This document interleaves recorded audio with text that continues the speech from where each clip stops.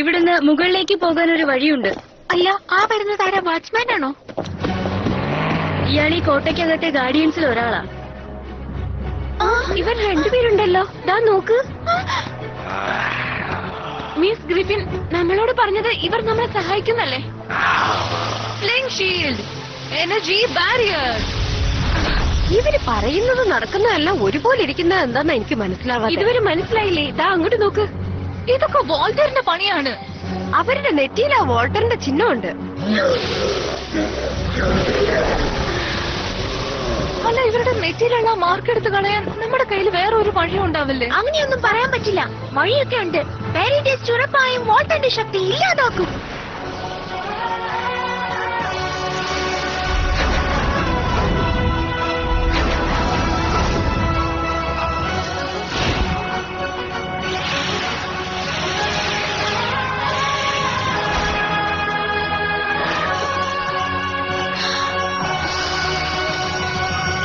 ഇതെല്ലാം head mister Griffin അറിഞ്ഞാൽ വളരെ ദുഃഖിക്കും. ഞങ്ങൾക്ക് നിങ്ങളുടെ സഹായം ആവശ്യമാണ്. വോൾട്ടർ ഞങ്ങളെ അടിമയാക്കി വച്ചിരിക്കുകയായിരുന്നു. ഞങ്ങളെ സ്വതന്ത്രരാക്കിയതിന് നന്ദിയുണ്ട്. ശരി, ഞങ്ങൾ നിങ്ങളെ എങ്ങനെയാണ് സഹായിക്കേണ്ടത്? മിസ് ഫെറഗോണ്ടയ്ക്ക് എന്ത് പറ്റിയെന്ന് ഞങ്ങൾക്ക് അറിയണം. അത്രേ ഉള്ളൂ.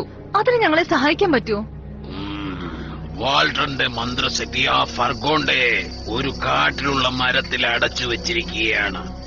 അതെ, നിങ്ങൾ ഉടനെ അങ്ങോട്ട് പോയിക്കൊള്ളുക. ഫർഗോണ്ടയെ ആ മരത്തിൽ നിന്ന് പുറത്തെടുക്കാനുള്ള പോംവഴി വളരെ തീവ്രമായി തന്നെ ആലോചിച്ച് കണ്ടുപിടിക്കേണ്ടതാണ്. നമുക്ക് എല്ലാവർക്കും ഇവിടെ തന്നെ കാത്തിരിക്കാം.